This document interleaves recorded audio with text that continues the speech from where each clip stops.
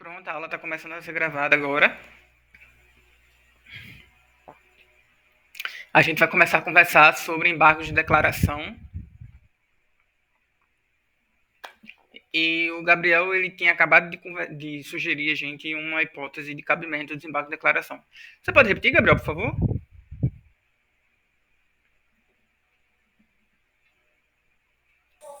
Para esclarecer alguma parte da sentença ou que não tenha sido compreendida ou faltou algum elemento. Excelente, exato.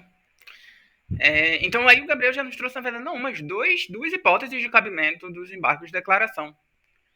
A primeira hipótese de cabimento é esclarecimento e a segunda hipótese de cabimento é a omissão. Os embargos de declaração são um tipo de recurso cuja ideia principal é que ele é interposto contra uma decisão judicial. Decisão judicial com conteúdo material. Decisão com conteúdo decisório, para se tornar repetitivo. Então, desta forma, nós podemos afirmar que cabe embargos de declaração. Perceba o código no artigo 20, no título, no caput do artigo 1022. Ele já vai nos deixando isso bem claro. Cabe embargos de declaração contra qualquer decisão judicial. Afirmar que cabe embargos de declaração contra qualquer decisão judicial implica em afirmar que não cabe embargo de declaração exclusivamente contra a sentença. Cabe também embargo de declaração contra decisão interlocutória.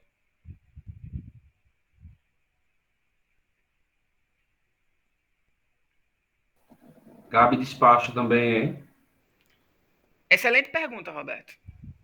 Perceba, o uso dos embargos de declaração majoritariamente é para esclarecer o conteúdo de uma decisão judicial para as partes.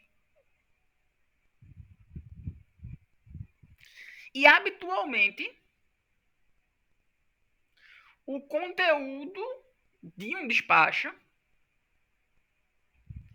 é ordenar que a Secretaria Judicial ou que o oficial de justiça pratique um determinado ato. Então, na prática, eu pelo menos nunca vi, e na prática acredito que ninguém nunca tenha utilizado, de ver um embargo de declaração contra um despacho. A gente vai recordar dos requisitos de um recurso. E um dos requisitos do recurso é a legitimidade recursal. Então, se o oficial de justiça, por exemplo, não entende o comando expedido pelo magistrado em despacho, ele deve encaminhar um e-mail à vara, ele deve utilizar dos trâmites internos do tribunal. Porque não lhe é cabível a legitimidade recursal para apresentar recurso em processo, para apresentar os embargos de declaração no processo. Entendi, não. Não pode ou pode? Veja, um dos requisitos do recurso é a legitimidade recursal, certo? Ok.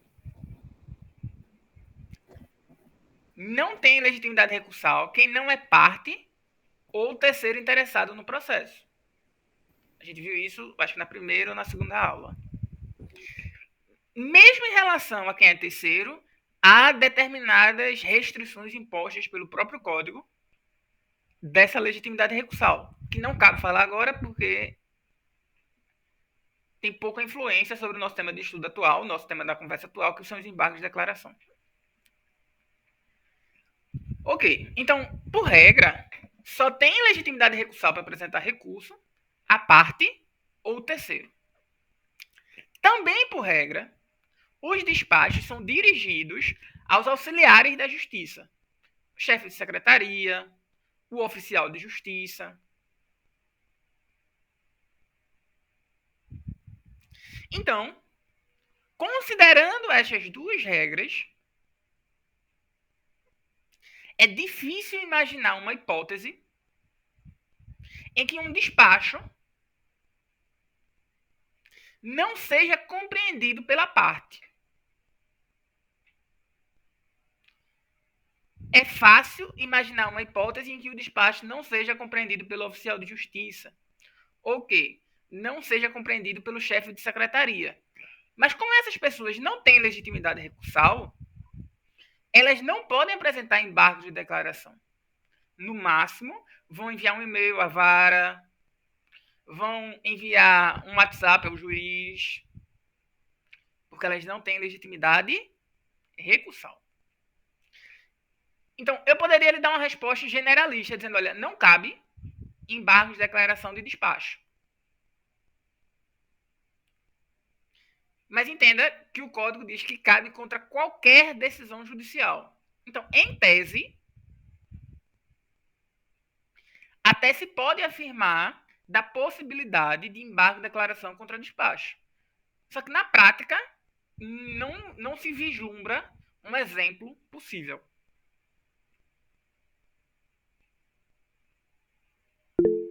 Fale. Concordo, professor. Se pode utilizar o WhatsApp, para que usar embargo de declaração? Dá trabalho demais. Não é não? Digita lá e acabou-se. E manda para o juiz. Isso. Na prática também, além de ser mais rágil,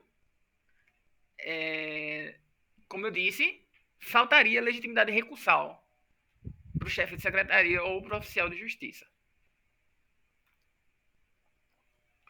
Bem, o código vai estabelecer 3 hipóteses para os embargos de declaração.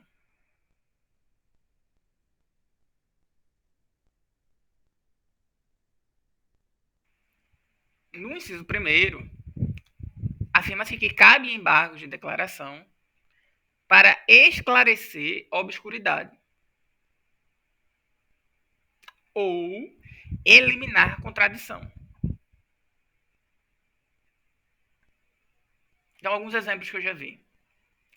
A parte entra com um processo pedindo dano material e dano moral. O juiz condena a ré a dano material e dano moral. E, ao mesmo tempo,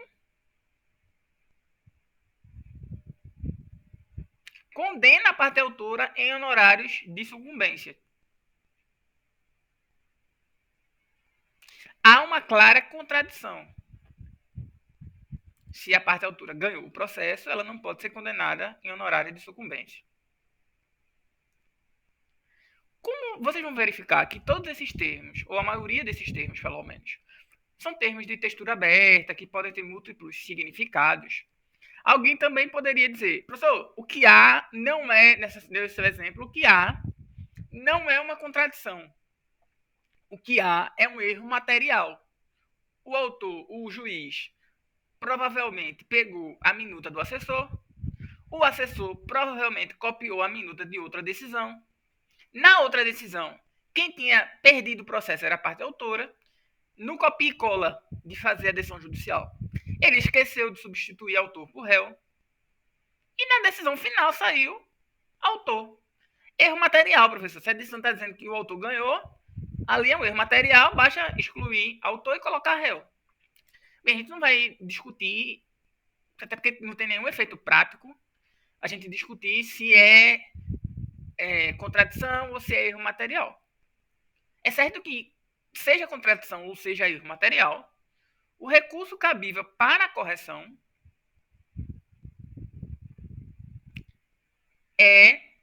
são os embargos de declaração. Tá certo? É importante, esse debate já aconteceu algumas vezes no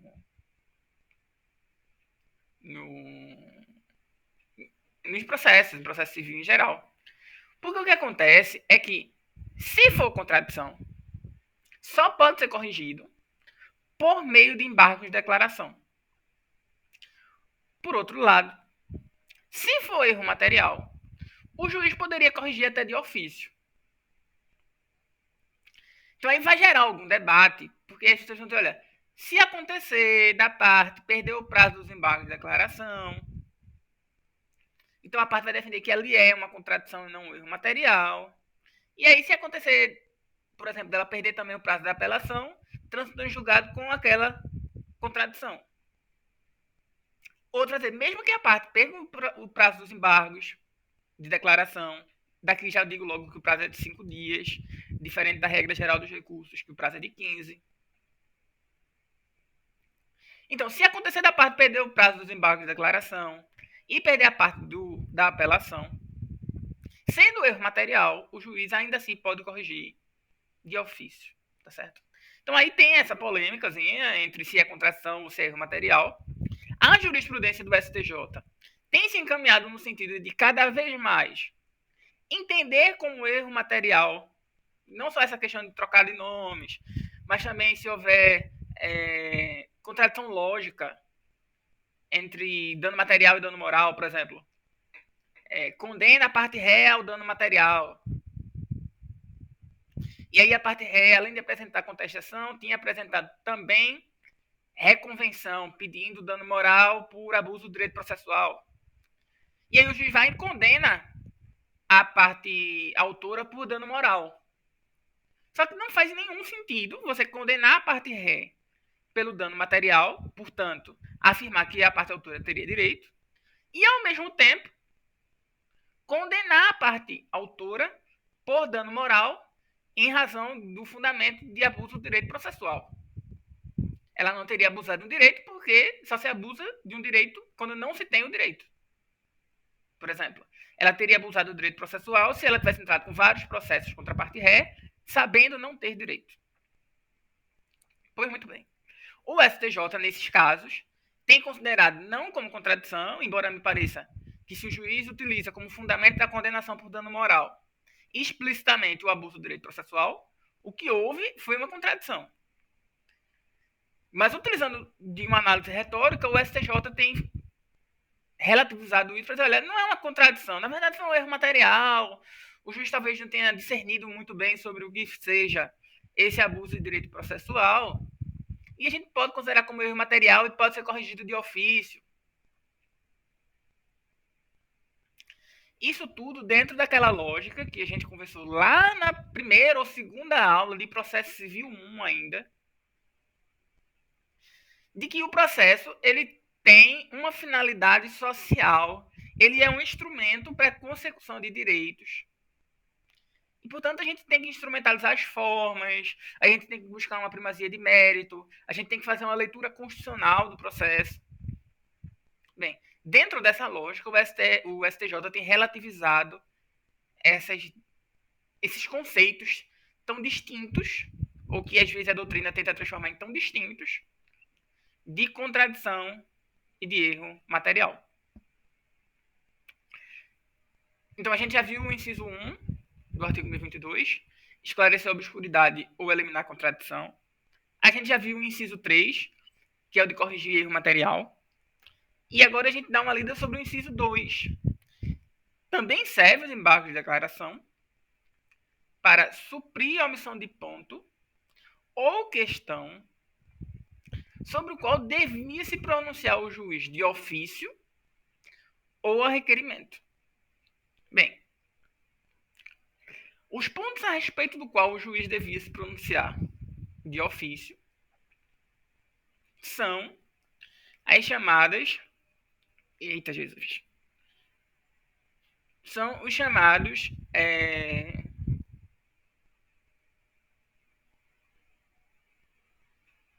Droga, fugiu a palavra agora. Só um minuto.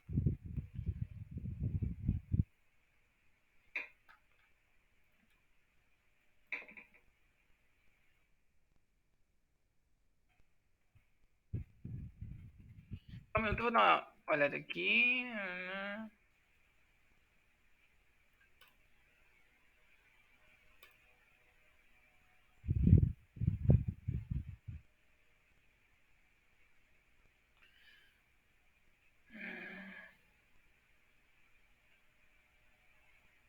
Isso. São as chamadas matérias de ordem pública.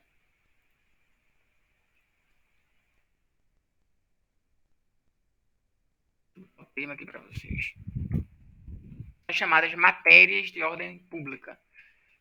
São assim chamadas matérias de ordem pública todas as matérias a respeito da qual o juiz deva se pronunciar de ofício e não haja preclusão processual. A gente já estudou semestre passado que a preclusão pode ser lógica, a preclusão pode ser temporal, etc. Então, são exemplos de matérias de ordem pública. Competência absoluta ou incompetência. Melhor falando. Competência absoluta, por exemplo. Prescrição e decadência do direito. A relação jurídica. São exemplos de matérias de ordem pública. Matérias a respeito da qual o juiz pode e deve se pronunciar de ofício. E que, em não havendo pronunciamento, ela pode ser feita a qualquer tempo dentro do processo. Ou seja, não há preclusão. Sim, Milene, quer falar? Era só para repetir o conceito, mas você repetiu agora. Obrigada. De nada.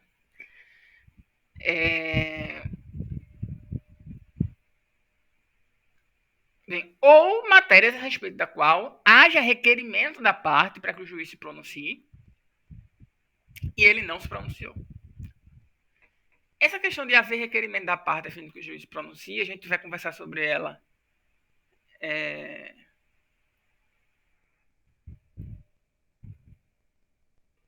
até o final do semestre ainda. A jurisprudência do SCJ que também relativiza isso.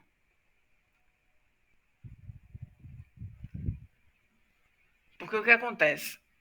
A época da feitura do código buscou se encerrar com o que se chamou de livre convencimento do juiz.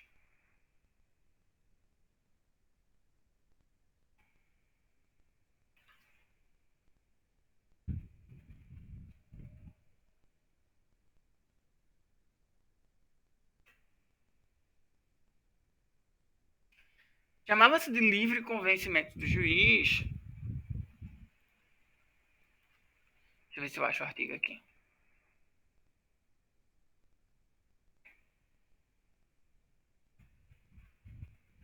Pronto. Vejam como ficou diferente as redações. O artigo 371 do atual código vai afirmar, olha, o juiz apreciará a prova constante dos autos, independentemente do sujeito que a tiver promovido, indicará na decisão as razões da formação de seu convencimento. Foco nessa última parte do artigo 371 do CPC de 2015. E indicará na decisão as razões da formação de seu convencimento. O artigo 118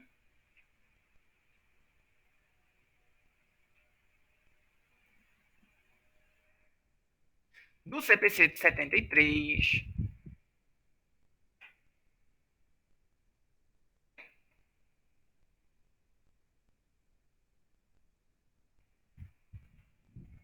o artigo 118 do CPC de 73 trazia uma diferença. Então, quando falava-se da apreciação da prova pelo juiz, o CPC de 73 falava, formará livremente o seu convencimento.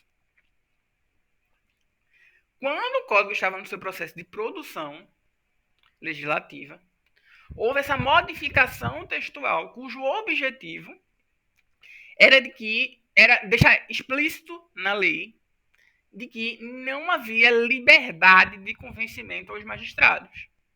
Então, ele não pode decidir de acordo com o seu café da manhã, eles não podem decidir de acordo com sua vida íntima, eles não podem decidir de acordo com o material de trabalho do tribunal. Eles precisam decidir de acordo com o que consta nos autos.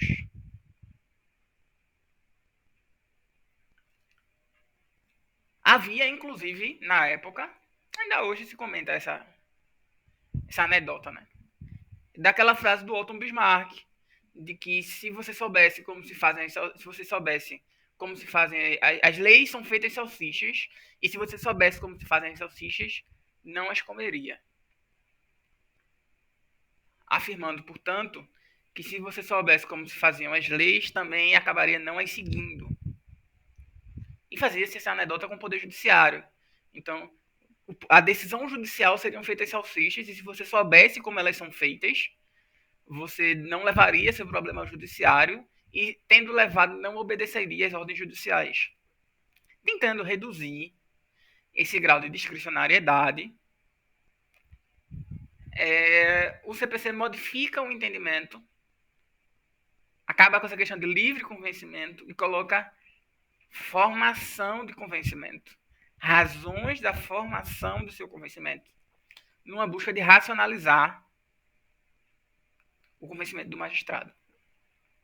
Entretanto, a jurisprudência do STJ, afirmando que o magistrado não é obrigado a se pronunciar a respeito de todos os argumentos levantados pelas partes.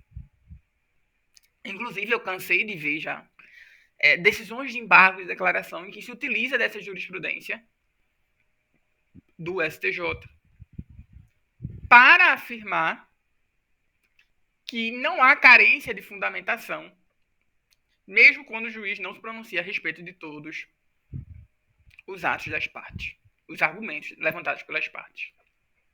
Bem, o CPC, no parágrafo único do artigo 1022, levantou duas possibilidades de conceito sobre o que seria uma decisão omissa.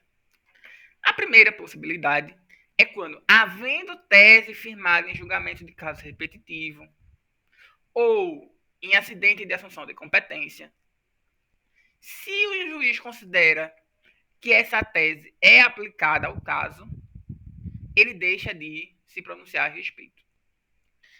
O que eu digo? Talvez essa não seja a melhor interpretação do inciso. Por quê?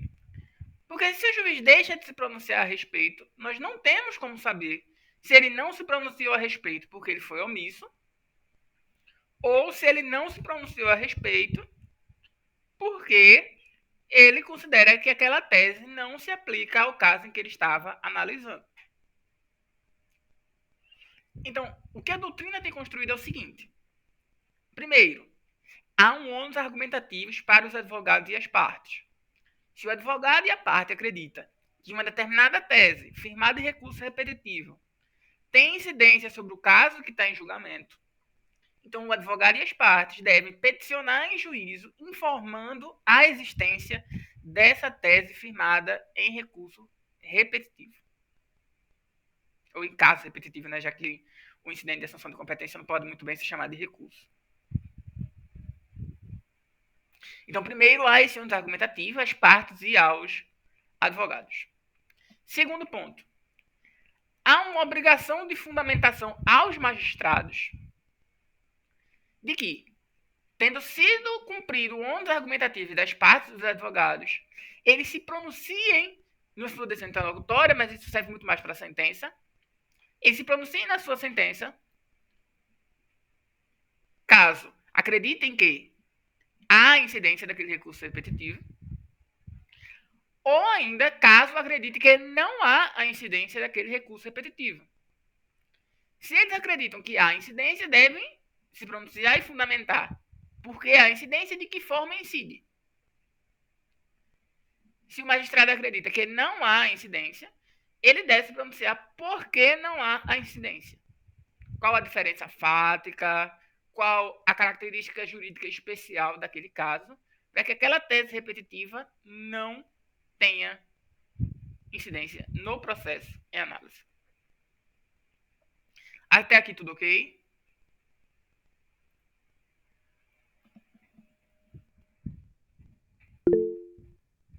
Pode falar. Perguntou se estava tudo ok. Eu acho que não, mas vou fazer uma pergunta. Quando você afirma que cabem todas as sentenças, decisões interlocutórias, se refere a todos os graus de jurisdição, instância, fórum, tribunal, STF, STJ, é isso? Sim. Ok, mas assim, se tratando de uma decisão de primeira instância, aí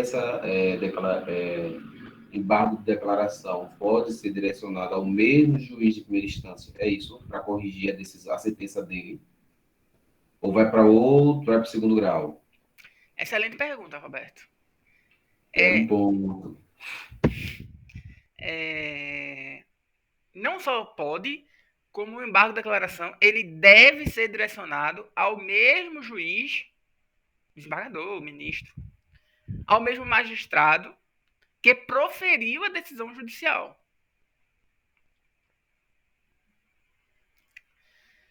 Uma das principais características dos embargos de declaração é o seu efeito integrativo.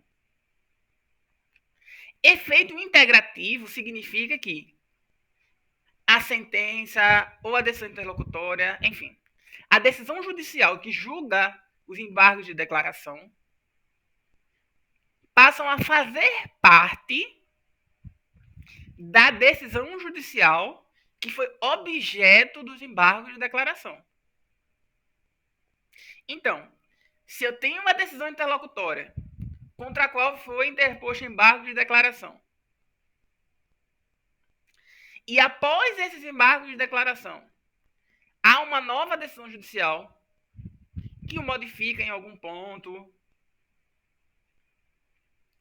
essa decisão judicial dos embargos de declaração, a decisão inicial não era uma decisão interlocutória, então a decisão dos embargos de declaração também vai ser uma decisão interlocutória. Porque esta decisão dos embargos de declaração vai fazer parte da decisão originalmente proferida. De igual modo, se for uma sentença. Se eu tenho uma sentença e apresenta-se embargos de declaração contra esta sentença, a decisão judicial que decide esses embargos de declaração também é uma sentença. Porque, em razão do efeito integrativo, a decisão que julga os embargos de declaração tem a mesma natureza da decisão que foi objeto dos embargos de declaração. Se o objeto era uma decisão interlocutória, a decisão que julga é uma decisão interlocutória. Se o objeto foi uma sentença, a decisão que julga é uma sentença. Ok? Mais alguma pergunta?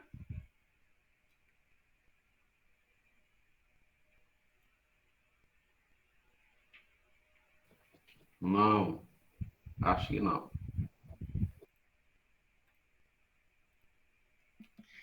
Vocês vão ver que o parágrafo único, inciso 2, o inciso 1 foi aquela questão dos casos repetitivos, para definir o Eu que é tenho, omissão. professor. Só um minuto, Roberto. O inciso Uhum. 2 vai falar sobre o artigo 489, parágrafo 1º, que são os exemplos de decisões que não podem ser consideradas fundamentadas. Vou colocar aqui no chat o artigo 489, inciso 1º, que aí vocês vão dando uma lida.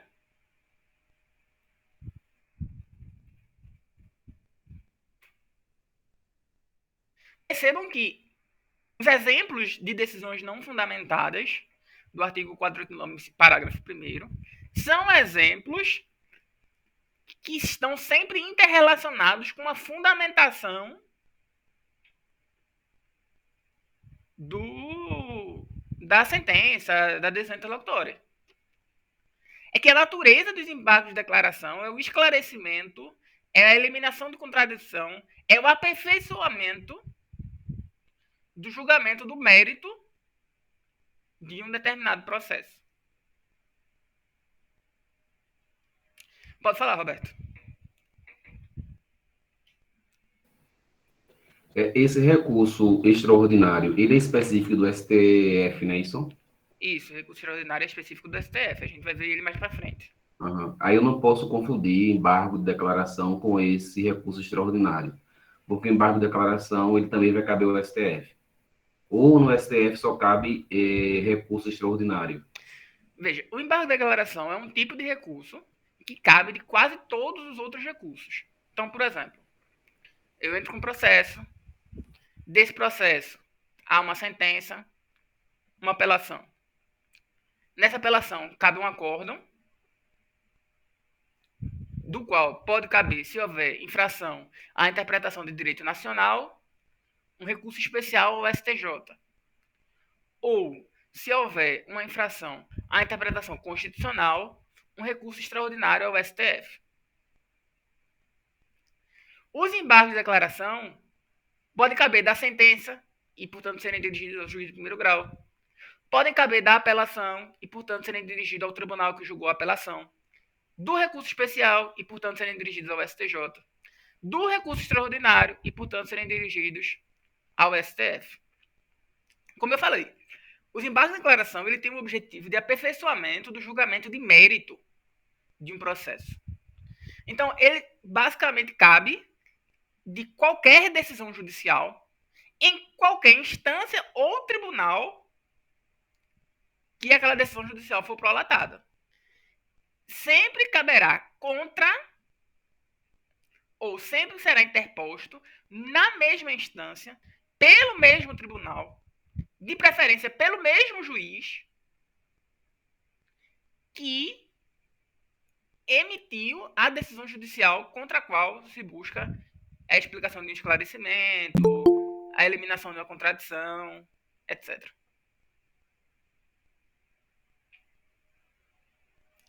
Tá certo, Roberto? Então, eu posso ter um embargo de declaração no STF? Posso. Eu posso ter um recurso extraordinário no STF? Bem, recurso extraordinário eu só posso no STF. Da decisão do recurso extraordinário, eu posso entrar com embargo de declaração.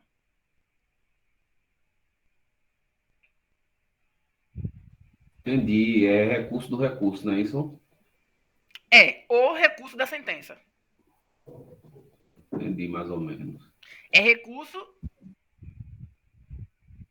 posterior, contrário a uma decisão judicial.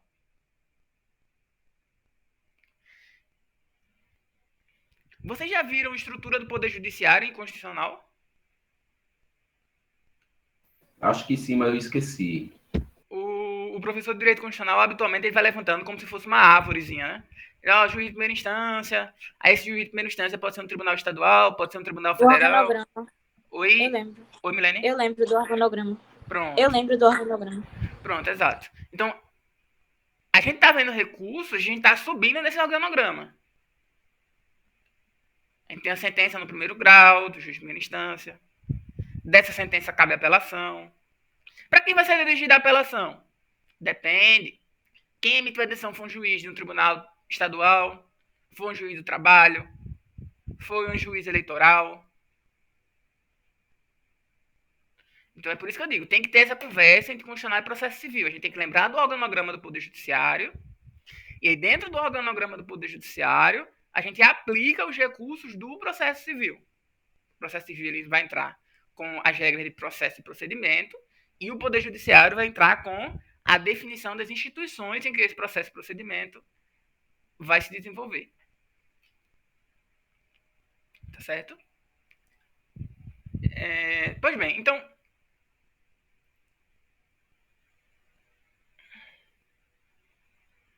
Isso. Uma característica típica dos embargos de declaração é que os embargos de declaração interrompem o prazo de um outro recurso. Então, eu estou num processo, nesse processo foi proferida uma sentença. Qual é o prazo para apresentar a apelação?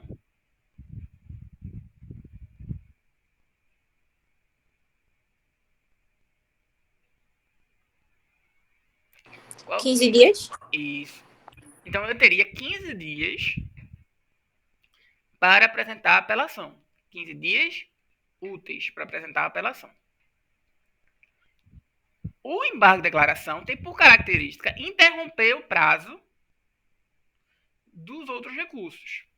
Então, se até o 5º dia útil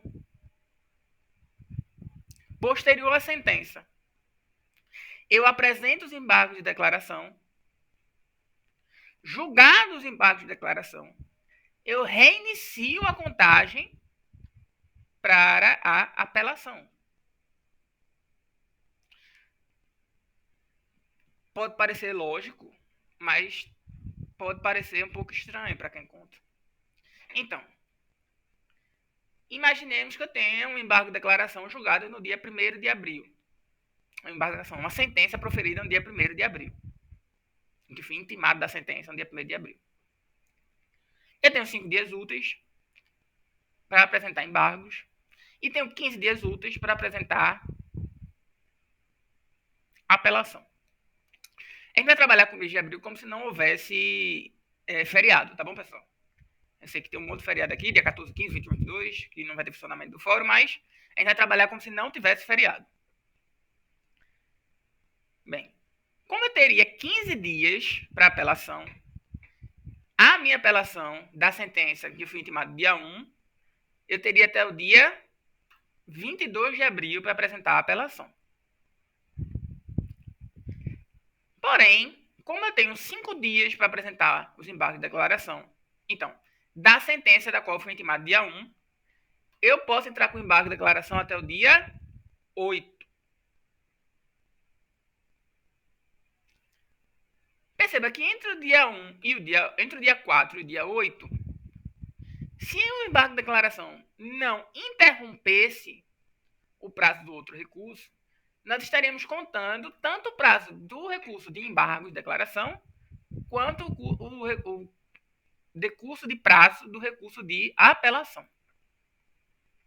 Porém, como os embargos de declaração interrompem o prazo, então, se eu apresento embargos no dia 8, por exemplo, tendo decorrido 5 dias úteis, essa vara foi muito rápida, o juiz julgar até o dia 15, e eu fui intimado do julgamento dos embargos.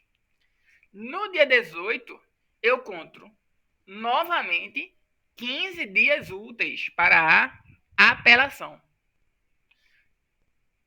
O prazo entre 4 e 8, que foram os primeiros 5 dias úteis, seriam contados apenas para os embargos, e o prazo de 18 a 6 passaria a ser o prazo da apelação. Professor, o senhor falou demais, eu não entendi muito bem. Simplifica, então. Sempre que eu entro no embargo de declaração, se o juiz julga procedente ou improcedente, então o prazo do próximo recurso inicia-se a contagem novamente do zero. Tá certo? O que alguns advogados, na tentativa esperta de ganhar tempo, faziam era o seguinte: olha, eu não tenho nenhum argumento para levantar contrário à sentença. Ao mesmo tempo, eu acho muito pequeno o prazo de 15 dias para apresentar minha apelação. Então, eu levanto um argumento qualquer nos embargos de declaração, e aí, quando o juiz julgar que o processo voltar para mim, eu passo a ter novamente mais 15 dias úteis. Portanto, é preciso ter cuidado com isso. Firmou-se uma jurisprudência até bastante consolidada de os embargos de declaração protelatórios, que é quando você apresenta um embargo de declaração sem cumprir adequadamente a dialeticidade, isto é, sem apresentar explicitamente qual é a contradição, omissão, obscuridade ou erro material que você deseja ver corrigido. Tá certo? Então, esse gato com lebre que alguns advogados tentavam passar para poder ganhar tempo enfrentou forte resistência da jurisprudência, porque do outro lado há uma pressão por metas, por números dentro do judiciário, e, portanto, esse ganho de tempo que os advogados faziam do embargo de declaração prendiam os processos de serem encerrados, em muitos casos. Então, os juízes começaram a condenar em litigância de má-fé.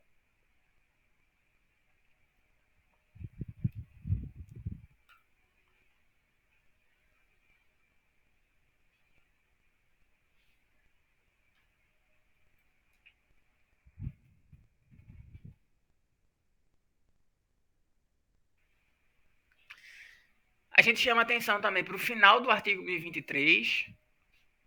Então, a maioria dos recursos se sujeitam ao pagamento de custas judiciais. Claro, se você é beneficiário da gratuidade da justiça, você não paga as custas judiciais. Mas se você não é beneficiário da gratuidade da justiça, você paga a custa judicial para apresentar o processo e também paga a custa judicial caso queira apresentar um agravo no instrumento, uma apelação ou qualquer outro recurso, exceto para o recurso de embargo de declaração. No caso dos recursos de embargo de declaração, se você apresenta-o, você não precisa pagar preparo. Isso é previsão expressa do artigo 1023.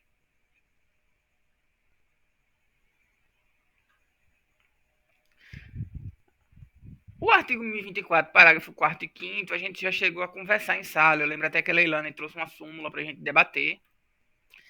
Eu não sei nem se a Leilane está em sala, mas eu lembro que foi ela que trouxe essa súmula para a gente debater na aula sobre... Sou, professor. Opa, Leilane, tudo bem? Boa noite. Boa noite, professor. Tudo ótimo. Pronto, então... A gente já conversou sobre esse artigo 1024, que é aquela questão de que se você viu o seu processo julgado, por exemplo, julgou a apelação, e uma parte entrou com embargo de declaração, e a outra parte entrou com recurso especial, esse recurso especial vai permanecer do jeito que está se o embargo forem rejeitados, ou a parte que entrou com recurso especial diretamente e teve, por exemplo, foi sucumbente em mais alguma coisa em decorrência de modificação da decisão do desembargo de declaração pelo tribunal. Então, neste caso, a parte que entrou com recurso especial vai ser novamente intimada para poder complementar o seu recurso especial. É apenas um exemplo porque a súmula tratava do recurso especial. Mas, a bem da verdade, isso pode ser aplicado também à sentença em relação ao recurso de apelação. Ou, no caso do acórdão, não só em relação ao recurso especial, mas também em relação ao recurso extraordinário. Se o embargo de declaração modifica o conteúdo da decisão, vocês lembram, o prazo corre em tese ao mesmo tempo, é interrompido caso seja apresentado embargo de declaração, mas se uma das partes optou por, ao invés de apresentar embargo de declaração, entrar direto com a apelação, ou com recurso especial, ou com recurso extraordinário, e essa parte que entrou direto com recurso de apelação, especial ou extraordinário, vê-se condenada, sucumbente em mais algum ponto, então vai ser oferecido novo prazo para que essa parte possa complementar as suas razões recursais.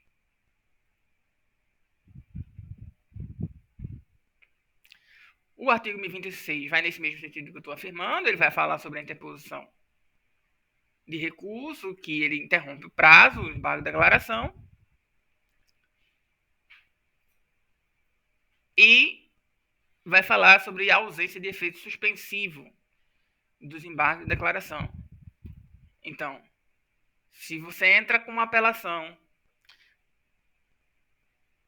numa matéria, você é condenado numa matéria na qual a apelação não possui efeito suspensivo, você não pode sair correndo, chorando e gritando para os embargos de declaração, porque os embargos de declaração também não possuem efeito suspensivo.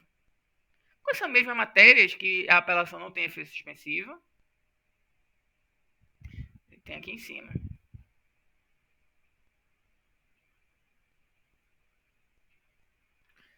Então, por exemplo, se você é condenado a pagar alimentos, artigo 1012, parágrafo 1º, inciso 2º, a apelação não tem efeito suspensivo.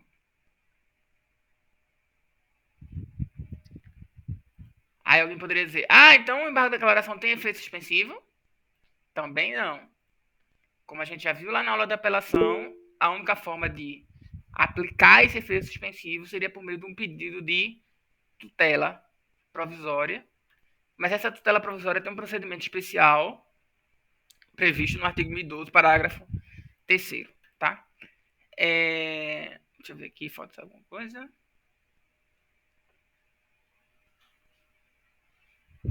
Parágrafo 2º. Parágrafo 3º. Pronto. Pode falar, Milene.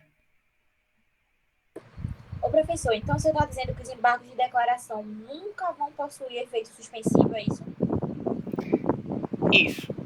Inclusive, em razão do prazo, é muito complicado que você consiga pedir ao juiz que seja aplicado o efeito suspensivo. A lei diz que o embargo de declaração não tem efeito suspensivo automático. Em tese, você poderia pensar que o juiz pode dar efeito suspensivo à sua sentença. Mas se o juiz não deu efeito suspensivo na sentença, em razão do prazo muito exíguo, são apenas 5 dias para você apresentar o embargo de declaração, é muito difícil que o juiz dê efeito suspensivo enquanto durar o embargo de declaração. Entendi, professor. Obrigada. De nada, Milene. Bem, e para finalizar, vocês deem uma olhadinha nos parágrafos 2º, 3º e 4º. Ele vai falar exatamente sobre essa questão que eu estava citando, das multas, em razão de efeito... até a Milene até escreveu no chat. Protelatório. Em razão dessa tentativa de postergar o processo por meio de recursos, em especial do recurso de embargo de declaração. Pelo menos antigamente era muito comum, quem assistiu na televisão, talvez tenha sido o primeiro que passou assim, muito televisionado, e as pessoas acabaram ficando acostumadas com o nome de recurso, foi o caso do mensalão. Então, quem assistiu o caso do mensalão deve recordar que existiam alguns julgamentos que era embargo de declaração, nos embargos de declaração, no agravo do instrumento, do agravo interno, no recurso especial, no recurso extraordinário metal. Percebe que pelo próprio nome, o que está havendo é um embargo de declaração de um embargo de declaração.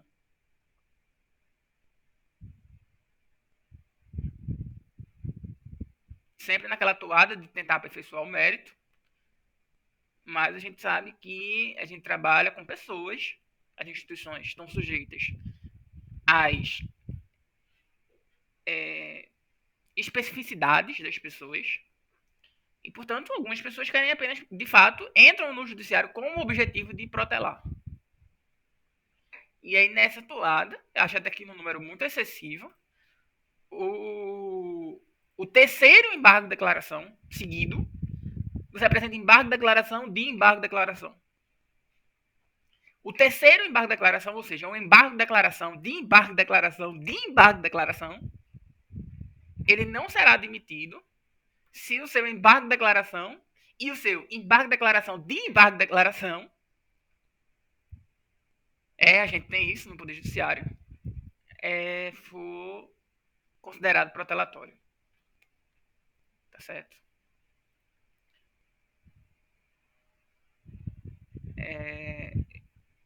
Alguém ficou com alguma dúvida? Tem algum ponto ainda a ser corrigido?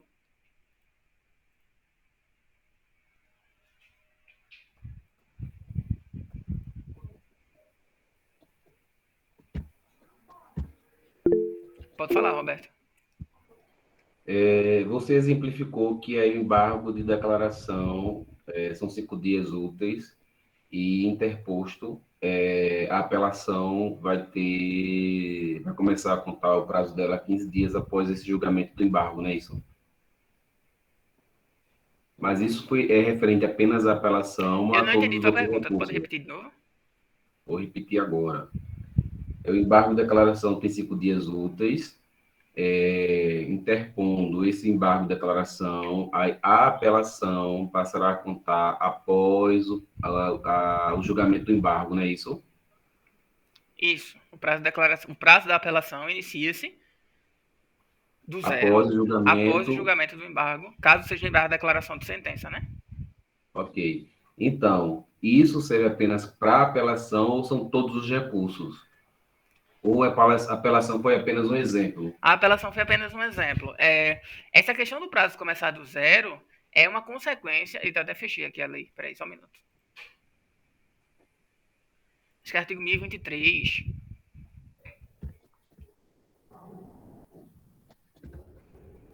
do artigo 1026. Veja que o final do artigo 1026 ele diz, olha, os embargos de declaração interrompem o prazo para interposição de recurso. Interromper o prazo significa dizer, fazem com que o prazo para interposição de qualquer recurso que fosse cabível contra a decisão originária volte a contar do zero a partir do momento em que o embargo de declaração for julgado. Então, se o embargo de declaração for julgado em razão, por exemplo, eu tenho uma apelação. Dessa apelação, apresento o embargo de declaração. Dessa apelação, poderia ser cabível recurso especial, nas hipóteses do recurso especial, ou recurso extraordinário, nas hipóteses do recurso extraordinário.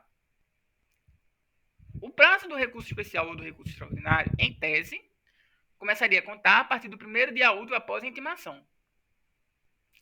Porém, se é apresentado tempestivamente os embargos de declaração, então, o prazo do recurso especial ou o prazo do recurso extraordinário passa a ser contado a partir do primeiro dia útil após a intimação do julgamento dos embargos de declaração interpostos contra esta apelação.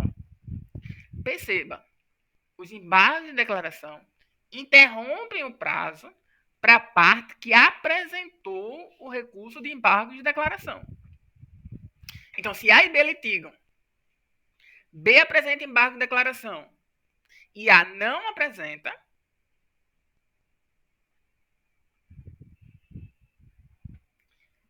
se os embargos de declaração de A forem, ainda que os embargos de declaração de A sejam improcedentes, então, o prazo para apelação de A começa no primeiro dia útil após a sentença. O prazo para apelação de B começa no primeiro dia útil após o julgamento dos embargos de declaração.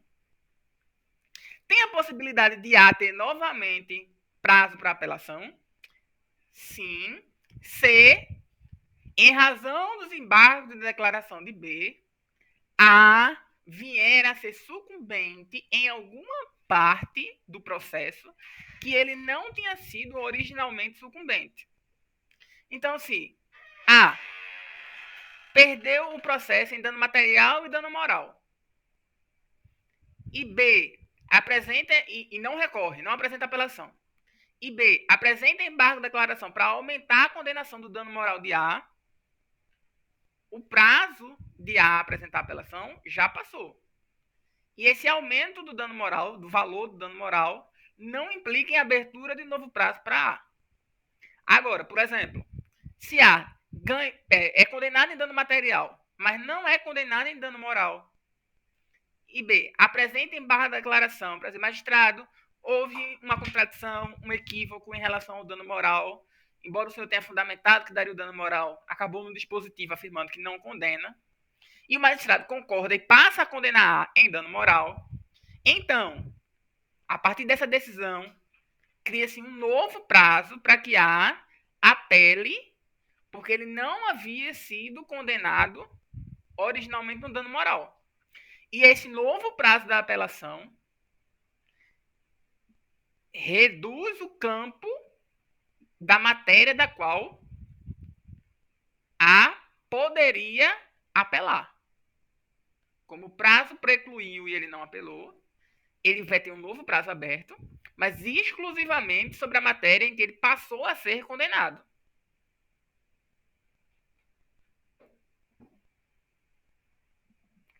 Eu não sei se fui claro.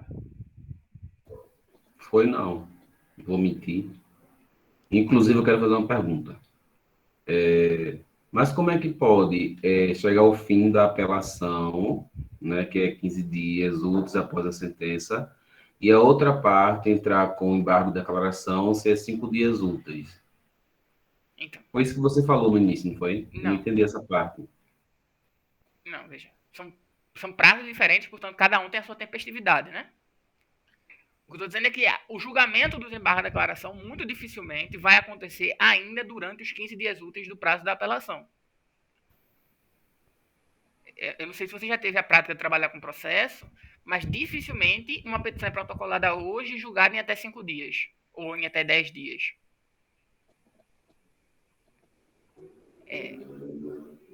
Habitualmente, mesmo nas varas mais diligentes, você vai esperar 15 dias, 30 dias, às vezes 2 meses, para ver o seu embargo de declaração ser julgado. E, portanto, como você vai estar na espera desse prazo do julgamento do embargo de declaração, quando o embargo de declaração for julgado, o prazo de 15 dias úteis da apelação já vai ter encerrado.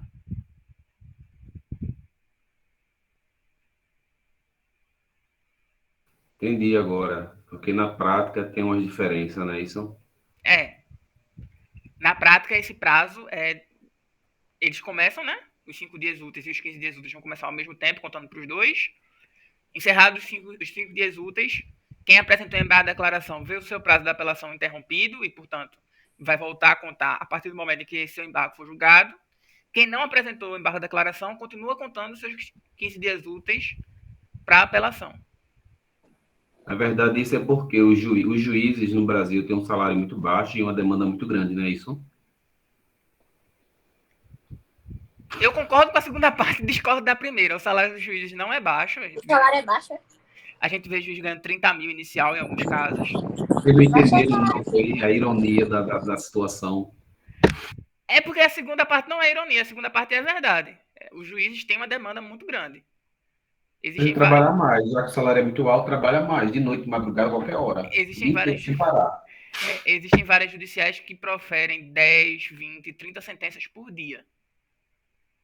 É pouco, era para ser 100. Inclusive, por isso que a gente precisa estimular as outras formas de resolução de conflito, estimular que as pessoas busquem menos o judiciário, porque um juiz que profere, por exemplo, 10 sentenças num dia, habitualmente cada sentença vai ter, das mais simples, 8, 10 páginas, algumas mais complexas de 40, 50 páginas. E é um pouco desumano você esperar que uma única pessoa consiga ler ou até produzir 300 páginas num dia, 400 páginas num dia. Então, a gente subverte um pouco a lógica do judiciário.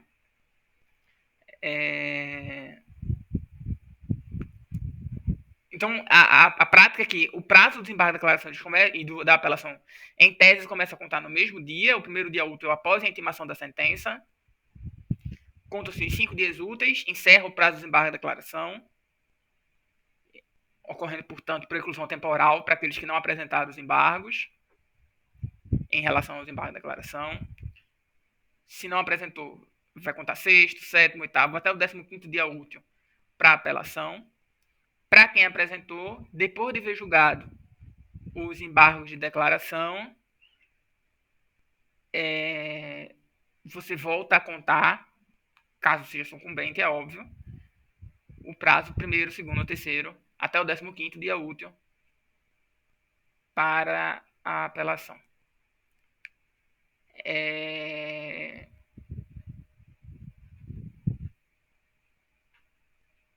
Vocês entenderam o que significa interrupção de prazo? Embargo de declaração não tem efeito suspensivo.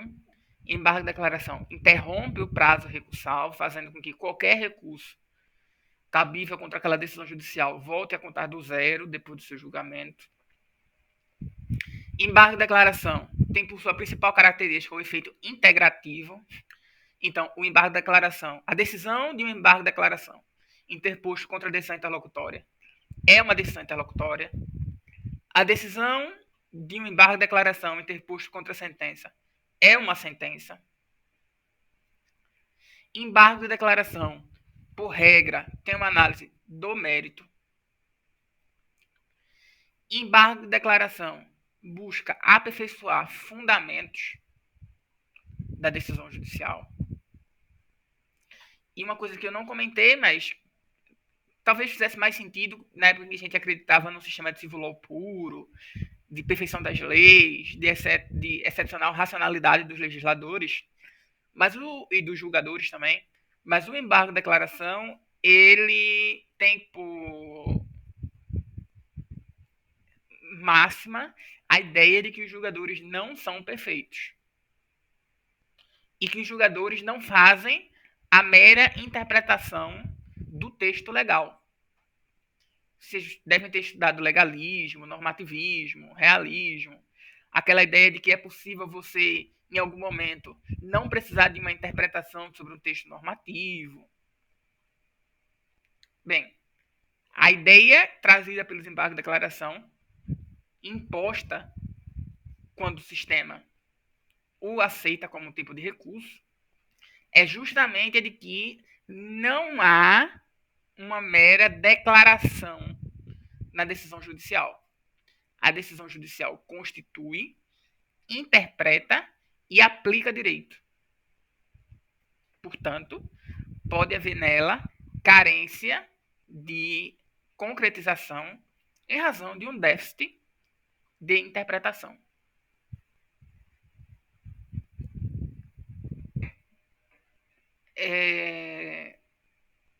Tem algum ponto ainda para esclarecer? Alguma coisa que não ficou suficientemente explicado?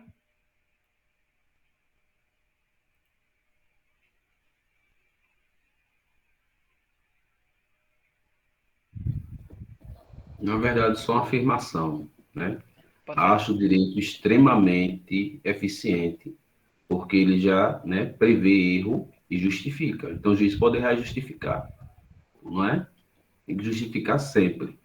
E é muito bom isso, porque eu também justifico. Eu vivo errando a vida toda e justifico sempre. Sim. Pronto, pessoal. Então eu vou interromper a gravação. Um forte abraço para quem estiver assistindo a gravação aí. Espero que a aula seja proveitosa e qualquer coisa. Como essa gravação vai ficar disponível no YouTube, então podem colocar seus comentários, suas dúvidas nos comentários do vídeo e a gente conversa por lá também.